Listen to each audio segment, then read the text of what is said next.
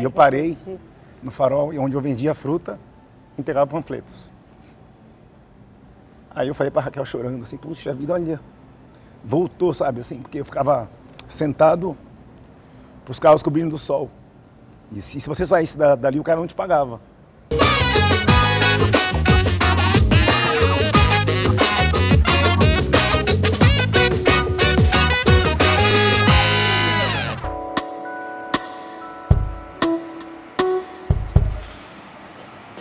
Como começou? Sempre teve esse nome, DAG Brasil?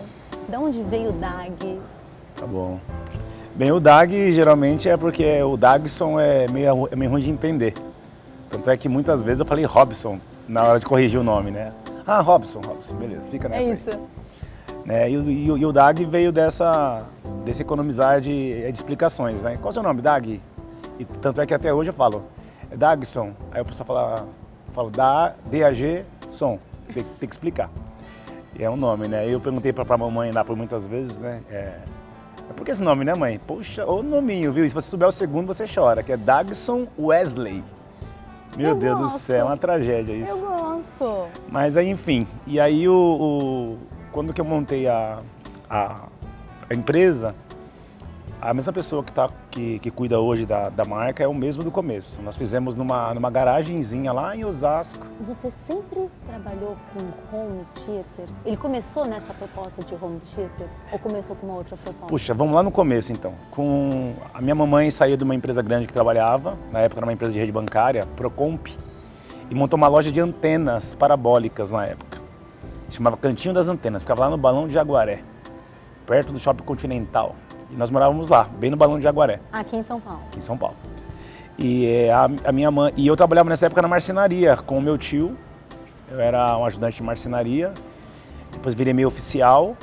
O que marcou bastante essa época é que eu fiz a casa do Raí, de São Paulo, que é o jogador. Eu era o responsável, o marceneiro responsável pela casa do Raí da Tina na época. Só que a marcenaria nessa época era um problema, porque eles atrasavam muito, não pagavam em dia. Ai, gente, que tragédia. E minha mãe montou essa loja. E quando que eu fui visitá-la, né, por vezes, o cara que instalava as antenas parabólicas ganhava mó dinheirão, assim, tipo, muito mais do que eu. Aí você começou a fazer contas. Aí eu falei, ô mãe, deixa eu fazer esse negócio eu fazer, você não sabe nada, tal. Eu fui com o Júnior para algumas vezes ajudá-lo. E aprendi muito rápido, assim. E na época era uma antena grandona, chamava Santa Rita, tinha não sei quantos mil parafusos a antena. Então era 2 dias para montar a antena e acabava com as mãos, né? Mas para mim, marcenaria é muito mais pesado, então... Mas o que eu queria mesmo era ganhar o dinheirão da instalação. Tipo, se fosse hoje seria tipo uns R$400 por instalação. Porque eu fazia 2 por dia. Para mim era muito dinheiro isso, para dar na mão, para dar pros outros, assim. Mas para mim, pô, né? Mas ela não me dava não, me dava metade. Porque a marcenaria já não dava tudo isso no dia. E aí a marcenaria começou a atrasar, e eu comprei uma Brasília branca, de um cliente lá nosso, e falei, mãe, eu vou instalar as parabólicas agora. E aí veio, me deixou instalar, fui dando certo. E você entrou no negócio, então? Eu entrei, comecei a instalar uma antena parabólica. E depois, no segundo momento, o distribuidor da Sky, da DirecTV, era a Tecnovídeo, que era uma loja de home theater que ficava lá na Avenida Rebouças, lá, Potiguar Medeiros. E aí, eu indo agora instalar a Sky DirecTV, me chamaram para poder fazer um teste lá.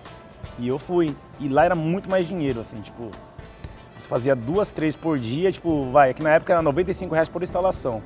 Que se fosse hoje seria uns 300. Eu fazia 3 por dia, assim, era muito dinheiro. Pra mim era muito dinheiro. E aí dava por dia pra ganhar? Ganhava muito dinheiro. Pra mim era muito dinheiro. Tanto é que eu comprei carro, fiquei chique, tudo... E assim, pra quem tem um berço muito simples, né, se você falar de alguns valores, Ô, Dagson, me conta uma coisa. Nessa época você tinha quantos anos, mais ou menos? 17 anos de idade. Bem novinho. E aí tinha na empresa o pessoal do home theater lá. E eu era o cara que colocava a Sky e a DirecTV no home theater. E aí esses caras começaram a precisar de ajuda, eu ia lá instalar a Sky, porque não ajudar. Ajudei 1, ajudei 2, ajudei 3. E aí o que mais me espantava eram os valores. Eu sempre gostei de dinheiro, né, gente? Dinheiro é muito bom. E aí o que aconteceu? Enfim, aí o cara começou a faltar lá, ter problema lá, e começou a me dar... você não quer ajudar, você não quer fazer tal coisa? E os números daquilo ali era absurdo, porque na época home theater era coisa de rico mesmo, né? Ninguém tinha home theater é coisa de rico. Cinema em casa, coisa de rico. E eu ia lá e eu vi o valor dos cabos, gente, o que era aquilo? Assim, tipo, muito mais do que eu ganhava na Sky.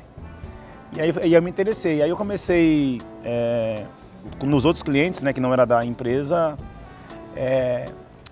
comprar lá na Santa Efigênia, numas lojas dos árabes que tinham lá, os equipamentos e revender nesses clientes de Sky, né? E aí, na época, era o som digital e todo aquele negócio, e eu falava lá do cabo de fibra ótica, e enfim. Foi um tempo muito bonito para mim, assim, porque eu comecei a ver um mundo que não existia para a maioria, assim. As casas do Alphaville, Granja Viana, tanto é que as instalações, eu só queria ir nesses bairros. Por que eu queria ir? Porque nessas instalações você vendia muito mais cabo, a Sky dava uma metragem de cabo padrão e você venderia o adicional. E aí eu ganhava bastante dinheiro, sempre bastante dinheiro. E aí depois dessa experiência de vender lá os home theaters lá do centro de São Paulo, eu passei a conseguir o cadastro em alguns fornecedores e comecei a vender, comprar mais barato, né, no custo, e vender sem CNPJ. Aí foi indo. Um cliente meu que é um amor da minha vida, inclusive, chama Marco Paulo. Tem muitas pessoas boas na minha história. E eu consegui não deixar nada para trás, graças a Deus. Então eles me ajudam.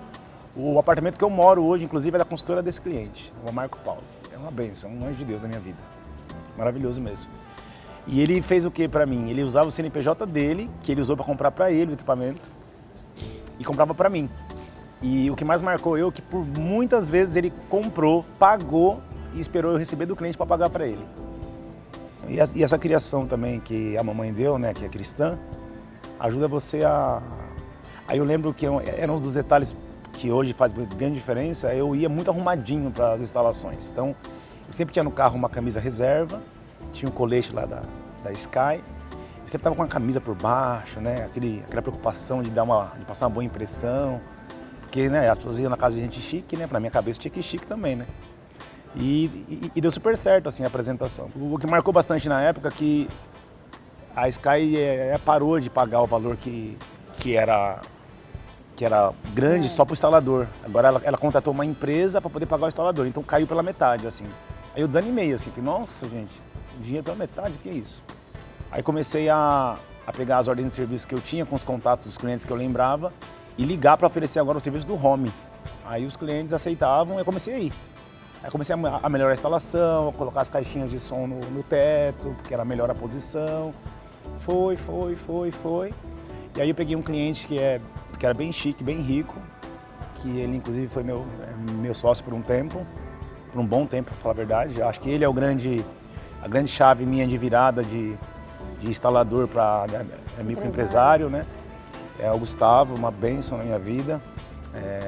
Foi a grande mudança, assim, porque ele tinha condição financeira e eu tinha o serviço e o capricho. E eu acho que botando na cabeça que eu ia conseguir vender, nós nos juntamos. A loja que está até hoje lá na João Cachoeira, foi ele que alugou na época lá, que ele tinha condições de ter o fiador e tudo mais. E nós montamos a loja lá, muito simples, apesar da intenção ser boa, muitos fornecedores não cadastravam a gente. Eles iam lá ver a loja e falavam, olha, não tem perfil. Eu ficava doido da vida com isso, porque, eu tô começando, né, e não tinha jeito. Alguns mercados são bem cruéis, assim, se você não tiver apresentação, daí o motivo de eu ser tão zeloso com as lojas, né. Eu lembro que, assim, a pior coisa que tem é você ser avaliado e negado, assim, acho que é uma coisa muito marcante para mim. E algumas marcas que eu vendo hoje, inclusive, me negaram, falaram, sem chance, né, e não ter condições. E aí o Gustavo, que tinha condição, ele falava, não, a gente compra à vista, compra de outra pessoa. E teve uma revenda, que hoje é meu concorrente, mas é meu amigo, né? Nem tem concorrente, pra falar a verdade. Que ele comprava para mim. Eu tendo a loja já, tendo a empresa, não podia comprar porque eu não tinha o perfil que eles exigiam para poder o cliente deles ir lá ver os sistemas, né? E aí eu comprava e tudo mais. Aí passou um tempo, eu fui reformando, fui melhorando. Eu nem lembro de detalhes assim, mas acho que pelo menos uns 2 ou 3 fornecedores desse aí, eu sou o que mais vende isso deles hoje. A empresa montada já, a gente querendo fazer o melhor, com esse sócio que tinha esses bons contatos, começou a colocar a gente em casas maiores, né, pessoas com mais condição, diretores de banco, e sempre com o perfil do DAG lá, instalação perfeita, falo do detalhe, né? Que eu sou realmente muito detalhista, assim. O que você imaginava naquela época? O que aquele menino de 15 anos imaginaria se visse o Dagson hoje? Puxa, vou contar uma coisa que eu acho que eu vou até me emocionar um pouco, assim. Eu não sei quem é meu pai, não sei nem como que é. E eu sou, na minha família, quase que um ET, assim, porque eu sempre falo assim, eu tinha que conhecer para saber de onde que de fato com quem que eu me pareço, de fato. Então eu não sei como que é, né? Hoje eu posso falar, tudo que eu me tornei eu aprendi com os clientes. Os clientes, né, são homens de sucesso, são bem-sucedidos, de famílias muito estruturadas, então eu sempre usei eles como um exemplo. O cara tá falando, eu tô gravando aqui tudo que eu puder. E eu não tinha referência alguma, nem imaginaria, assim como a boa parte da minha família inteira até hoje nem consegue nem assimilar isso ainda. Eu falo para alguns, gente, aquele cara não existe mais, outra pessoa hoje. Né? Apesar da simplicidade e tudo, eu tenho objetivos, né? Só que todos esses objetivos nem perto. Fomos a uma formatura de uma prima da minha mulher, da Raquel, e eu vi, e nós paramos num farol, na Barra Funda ali, com a Avenida Pacaembu. E a psicóloga falou para não falar sobre isso mais, senão volta lá um monte de coisa. Mas é tão gostoso a gente parar. E eu parei no farol, onde eu vendia fruta, entregava panfletos. Aí eu falei pra Raquel chorando, assim, puxa vida, olha, voltou, sabe, assim, porque eu ficava sentado pros carros cobrindo do sol. E se você saísse dali, o cara não te pagava.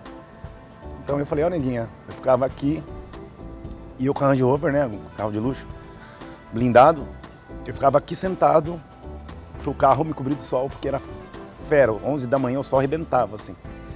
E ela, que bom, você tem que se orgulhar disso. Eu falei, não, tudo bem, vamos se orgulhar, mas lembrar é difícil. E, enfim, então, dos 15 anos, pensar no hoje, nossa, imagina, não tinha nem a menor ideia de que eu conseguiria pensar em ter uma empresa, por exemplo. Imagina. Isso é até uma coisa importante, né, que eu tenho os funcionários lá, boa parte deles são tudo pretinho como eu, né, e eu falo para eles, eles para virem no shopping aqui hoje, durante o dia, eles vêm com vergonha ainda, porque eles acham que é muito chique. Né, porque realmente o berço é muito diferente, gente, é muito diferente a cabeça. Não dá para julgar nem desmerecer em nada, mas se você não tiver algumas sacadas e você conseguir olhar para outro lado, você é mais do mesmo, né? Mais do mesmo. Eu sou de família adventista, né? Que são as pessoas que é uma instituição que guarda o sábado, leem muito, é uma comunidade muito assim bem instruída, assim, as pessoas são realmente muito desenvolvidas na leitura.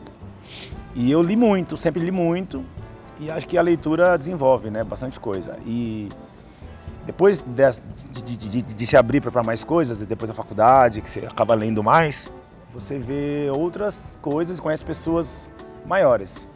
Com os clientes, né, tem os judeus que eu trabalhei bastante na Higienópolis e alguns aí, eles têm frases que são curtas que quase ninguém pega assim o fundo da informação, né? Tipo, coisa simples assim, o que você colocar na cabeça, se você não tirar da cabeça, você consegue.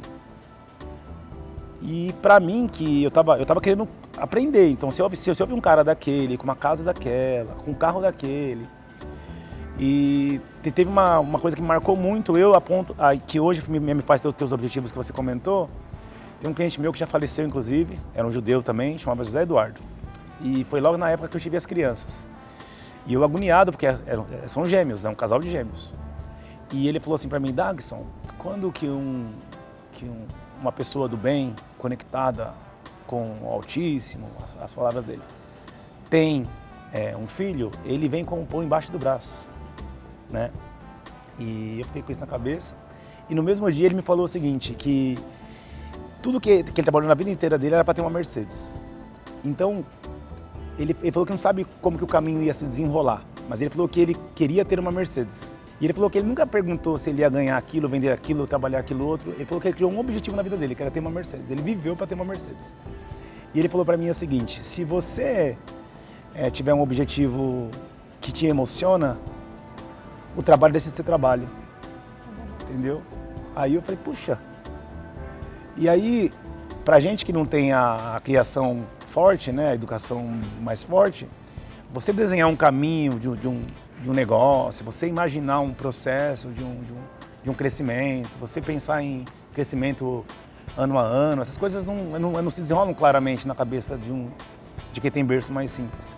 Agora, quando você tem um objetivo que só vai acontecer se aquilo der certo, aí parece que você consegue vislumbrar mais. Então as coisas, né, a casa, né, o carro chique, o reconhecimento do que você fez, essas coisas movem ou são mais fáceis de você assimilar. Então eu assimilei coisas, era uma bobagem. Ó. Eu passei 6 meses com dinheiro no bolso para ter coragem de entrar na BMW. E aí você pensava, nossa, já pensou o dia que eu estiver de BMW? O dia que eu estiver andando, tal. E aí deu certo com a BMW. Aí eu lembro que lá na Vila Nova Conceição, né, lá BMW é igual tem um Fusquinha, normal, qualquer pessoa tem. E aí eu vi um negrão parecido comigo, jaqueta de couro, numa Porsche Cayenne. Aí eu pensei, se deu certo pra BMW, vai dar certo pra Porsche Cayenne. Aí eu falei, não é possível, gente. E eu falava pro Marcos, já pensou o dia que eu tive uma Porsche Cayenne? Que sonho, né? Grandão, eu lá.